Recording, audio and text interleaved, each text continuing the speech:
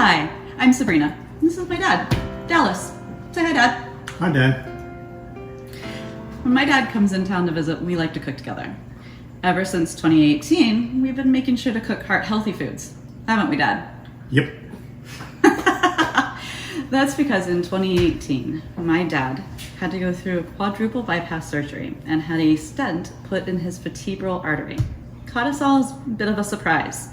And ever since then, Dad's had to learn how to cook much heart-healthier foods.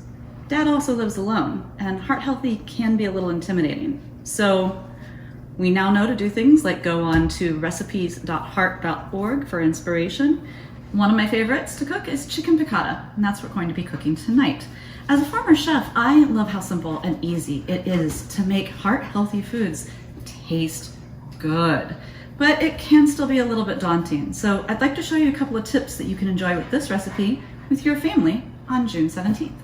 One of my favorite parts about this particular recipe, this chicken piccata, is that it's very, very flexible. Now, while the recipe calls for zucchini and mushroom, maybe you want to add a little bit of difference to the flavor. Maybe you don't love zucchini a whole lot, like me. So maybe instead you want to add some fresh tomato, throw in some fresh parsley. As long as you're working with fresh ingredients, it's still going to be heart healthy. So the recipe calls for 2 boneless, skinless chicken breasts, butterflied or cut in half. Something tip, some fun, cool thing that makes it a lot easier on your life. Did you know a lot of grocery stores are selling thin sliced or pre-butterflied chicken breasts?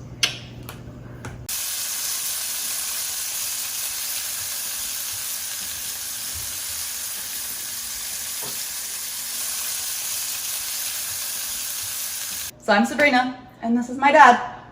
And just like you, we'll be watching The Heart of Cleveland on June 17th. Say bye, Dad. Bye, Dad.